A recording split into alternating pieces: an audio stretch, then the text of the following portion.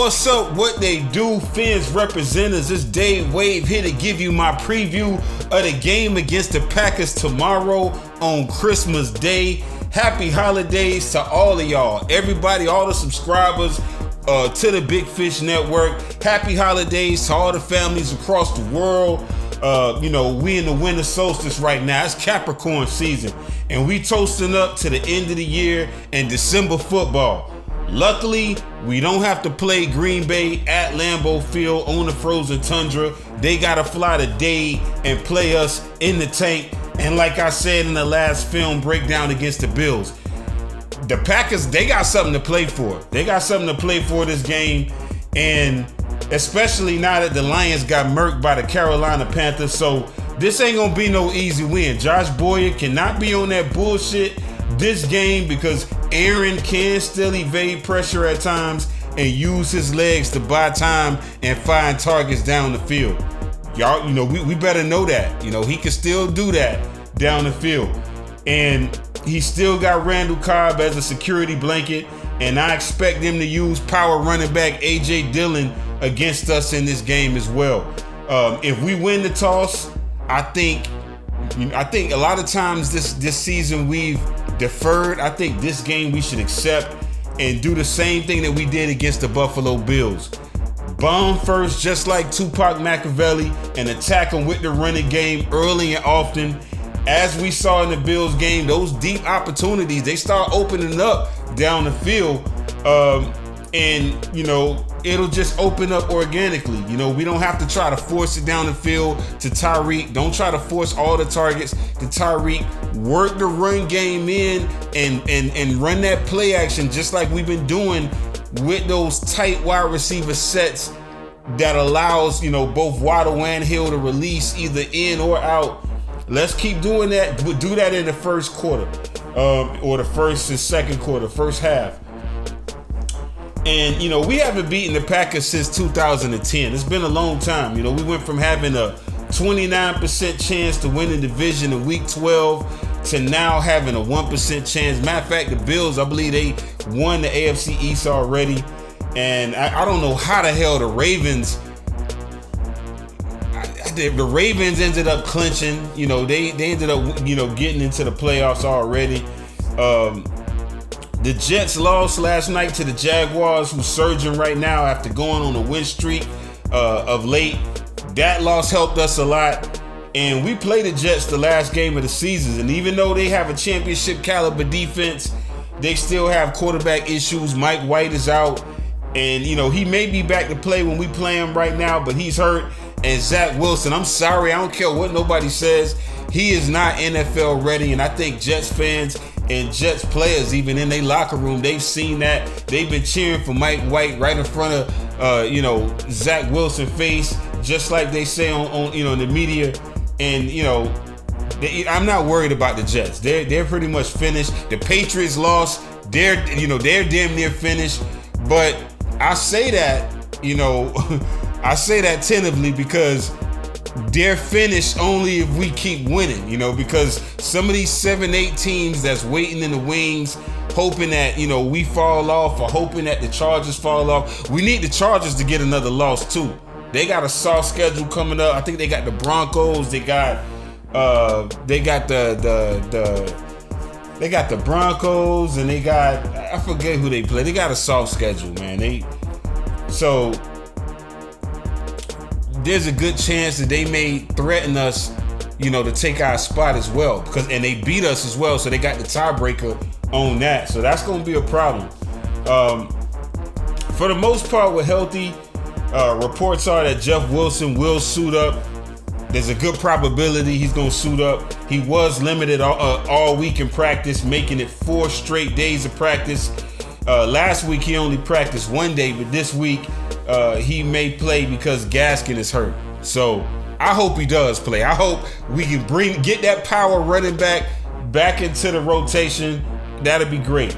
We got LaMichael Pirine on the practice squad. If he gets elevated, then that could mean that Jeff Wilson may not play.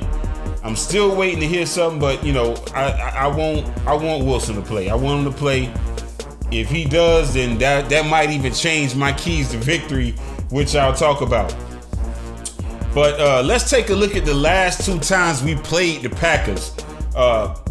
October 12th, 2014, week 6. This was in former head coach Joe Philbin's 3rd season.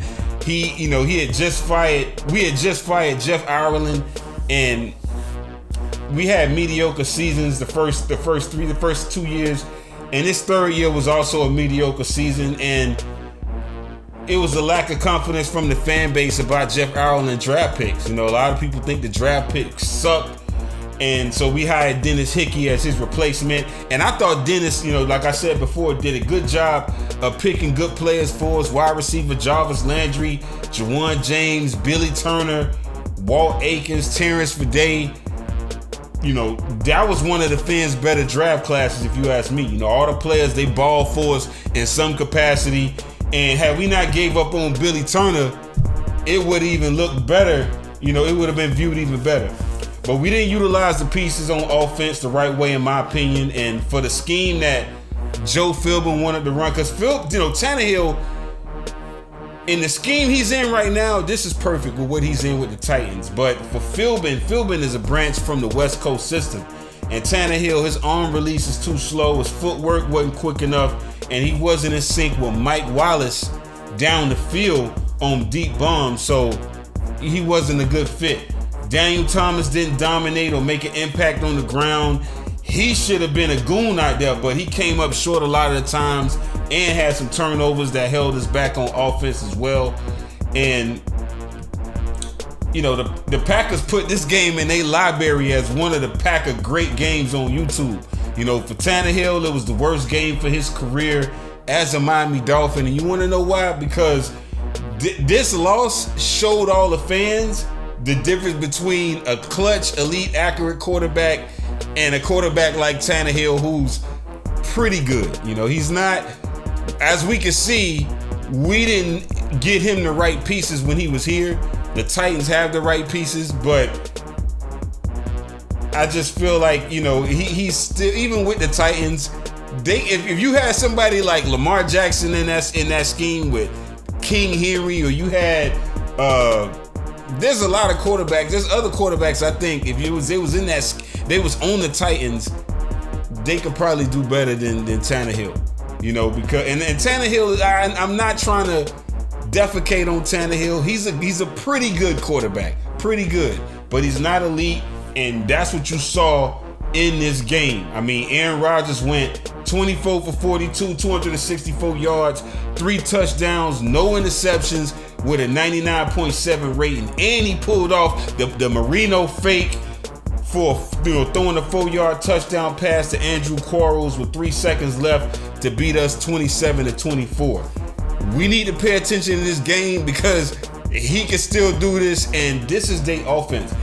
We had the lead twice in this game, and they trailed 24-17 before Aaron executed consecutive drives of 68 and 60 yards down the field. But he also overcame a fumble and a 4th and 10 on their final possession, and found a way to wield in the victory just by having the heart of a champion. That was the difference between Rodgers and Tanny, if you ask me. We went 8-8 and missed the playoffs.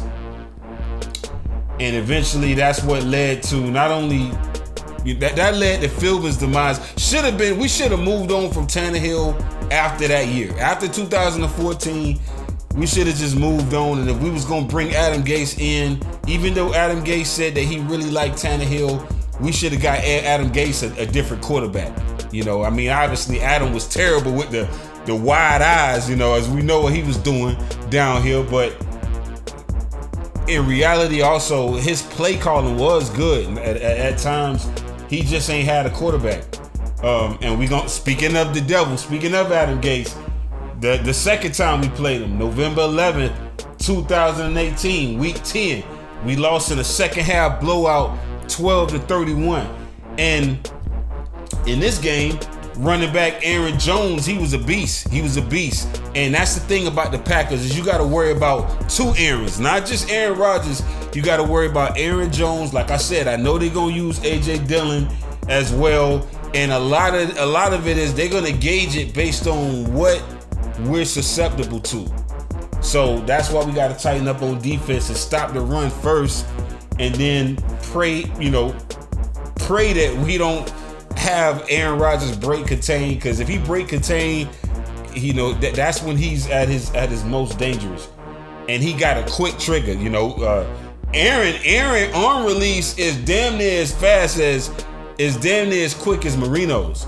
And I think Marino was on the I forget which podcast he was on, but when they asked him which quarterback in today's game compares to him, that's the first quarterback he mentioned was Aaron Rodgers. But another problem this game was, there was not Aaron Jones, he gained 145 yards, he had 2 touchdowns, and there was nothing we could do to stop him. And then Devontae Adams, who's on the Raiders now, was on this team, and him and Rodgers connected for 2 touchdown passes. Who do we have at quarterback? Tannehill was hurt. That's another problem that Adam Gase had, was Tannehill wasn't reliable in his years as coach. He had to shuffle in other quarterbacks like Jay Cutler and Brock Osweiler. Brock played this game. He was 23 for 37, 213 yards in his 5th start. He had 5 starts because Tannehill was hurt. And Brock is another one of them tall check down quarterbacks. And listen, y'all might get mad at me for saying this, but to me, I look at Justin Herbert as just a little bit better Brock Osweiler. Just one of them tall quarterbacks, check down quarterbacks who got a rocket arm, but I believe you could stop those type of quarterbacks because they have limits as well. Just like short quarterbacks have limits, some of them tall quarterbacks like Ryan Mallett, remember him?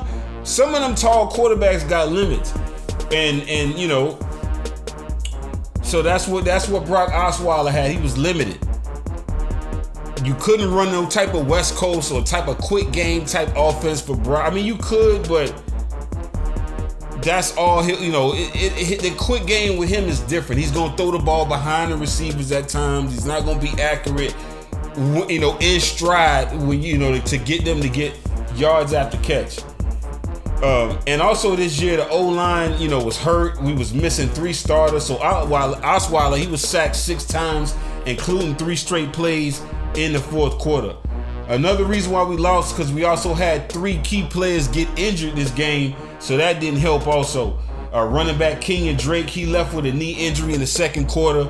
Wide receivers Devontae Parker and Jakeem Grant left. Parker left they both left in the 3rd quarter. So those like our 2 key weapons. That was uncle and nephew, so we needed them, but we didn't have them. And so that, and that's another season that the fans impatient. We want to see results. And so we got to win this game. This is a must-win game. This is a must-win game in my opinion. So with that being said, let's look at the keys to victory on offense. And I watched the tape of the Giants game that they played, the Jets game. I watched the Titans game, and I watched the games that they played against us. And this is what I believe is going to be the keys on offense. Use the Jets formula in the running game with the 1-2 punch of Mostert and Ahmed again and pound the rock. They cannot stop the run. Like I said, when I looked at the highlights, the Jets game proved it. Breece Hall and Michael Carter was having a field day on them. Their linebackers are lazy going sideline to sideline. So I think we could beat them inside and outside on any kind of zones or trap runs. And speaking of trap runs, be creative with the running games.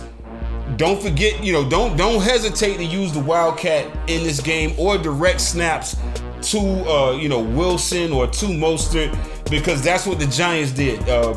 They hurt the Packers with those type of they ran a direct snap to Saquon Barkley at least like 3 times, I believe, that game. And One of the plays that the Jets ran that I like, that we should add, since we like to run the toss play every now and then to the left or the right, the Jets ran a fake toss trap run.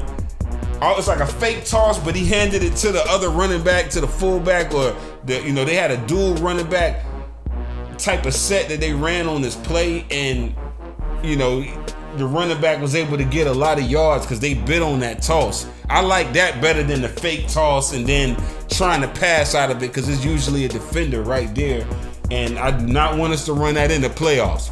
Please scratch that out of the book. Another key is I think we should continue running the tight West Coast sets in the first half, but then I think we should switch to the Alabama RPO plays in the second half. Why? Because if the running game was effective in the first half, running those tight sets and running the toss, running those delays that we've been running, then I believe it's going to open up the RPO fakes. This should open up the RPO fakes, slants, digs, and posts to the middle of the field that we was catching teams with, but they was dropping their linebackers back. I think if we kill them with the West Coast sets and the run sets in the first half, and Mostert is able to make an impact, then that's gonna suck them in, and those RPO plays should work in the second half. Another key, if Jeff Wilson is out, then we should give Mostert 15 touches, and I think we should give Ahmed 10 touches. If Wilson is in, then give both Wilson and Mostert 15 touches each. Another key on offense, make sure we block Rashawn Gary. He is a problem, and we cannot let him get no sacks on tour. We gotta protect him. Teron Armstead, all y'all boys gotta make sure and lock in and stop him from getting in. They got a good defense. The Packers got some good deep. They got good D linemen up front. They stout. I mean, they just not good against the run. So that's the weakness. Keys to victory on defense. This could be a Jekyll and Hyde type of team on offense. They got good running back weapons, but they don't use them a lot. They don't give them a lot of carries. So expect them to pass a lot this game. Expect it to be like 60-40, 70-30 with them passing the ball. That's what I noticed in the losses we had in the past games, in 2014 to 2018, and I could see them doing that. But like I said, it's Jekyll and Hyde. It depends. If we don't stop the run early, they will let Aaron Jones run roughshod on us, and AJ Dillon will be a problem, and he will gash us. And if we got to make them one-dimensional and find a way to get at least 2 or 3 sacks on Aaron. I would say at least get 3 sacks on Aaron Rodgers and make him have to work down the field in increments, 5 and 10 yards. Don't try to stop him from we got to have 2 deep safeties in the back to stop him from going deep down the field, because he will break contain and do that. Rodgers likes 3 and 4 receiver sets. They not a 2 receiver set team. They more of a 3 and 4 receiver set. And also, last but not least, on defense, the last key is they're still corn on the cob. He still got Randall Cobb as that security blanket. We got to watch him in the slot. Our cornerbacks is going to be key this game for sure. Let's look at the last time that Shula coached against the Packers. And this is not exactly the last time, but this is one of the past games that Shula coached against the Packers. And I'm going to go with the 1991 game for this one. That game was Shula's 300th win as the coach. We went 8-8 that year and didn't make the playoffs, but we won this game 16-13. Even though this was a low-scoring game, it was still a classic, in my opinion, back then, because it was a back-and-forth matchup, just low-scoring, and it was Marino against the Magic Man, Magikowski. Jeff Cross in the game was hitting Magikowski and sacking him, but he did make plays on us. He did throw a touchdown. And, they defense led by Bryce Pop and Reggie White gave us problems too, but Marino did enough late to pull off a win. You know, he found Dupe on some splash plays, and it was just a hell of a win. They was pouring Gatorade on Shula at the end of the game, and you know, it was monumental, you know, in the history of our team. This year we were 7th overall in total offense, 3rd in passing. Marino threw for 3,970 yards, 25 touchdowns to 13 interceptions. And Dupe and Clayton each went over 1,000 yards this season. So offensively, we was rolling. You know, Mark Higgs was out there jumping that thing. He had 905 yards. Sammy Smith had 297 yards, but I think Sammy Smith had fumbleitis that year as well. And also another reason why we went 8-8 was we was 25th on defense. You know, and I think some of that was because of injuries. You know, we just had some problems, you know, or certain adjustments we had to make, but Shula damn sure tightened that up in 92 and 93. You know, he tried to, you know, and we had better seasons. And, you know, Shula always, the one thing about Shula, he always found a way to correct the problem immediately. Like, we had a problem, whatever it was, he found a way to get it fixed in a way that will allow us to still be a top team in the top bracket. And that's what Mike McDaniel's going to have to learn how to do as a young coach. You got to be able to adjust. Shula was great at making adjustments. If he had to run to beat you, that's what we did. If we had to pass to beat you, that's what we did. Again, his only fault was he committed too much to the pass with Marino and should have ran the ball. And I would say in that case, overall with Marino, he didn't adjust to using a run sometimes when we needed to run the ball to win the game. So, but Marino was so good that we just, you know, we didn't have to rely on the running game as much, you know. But anyway, that's all I got for this episode. Like I said, this is a must win. We got to win this game.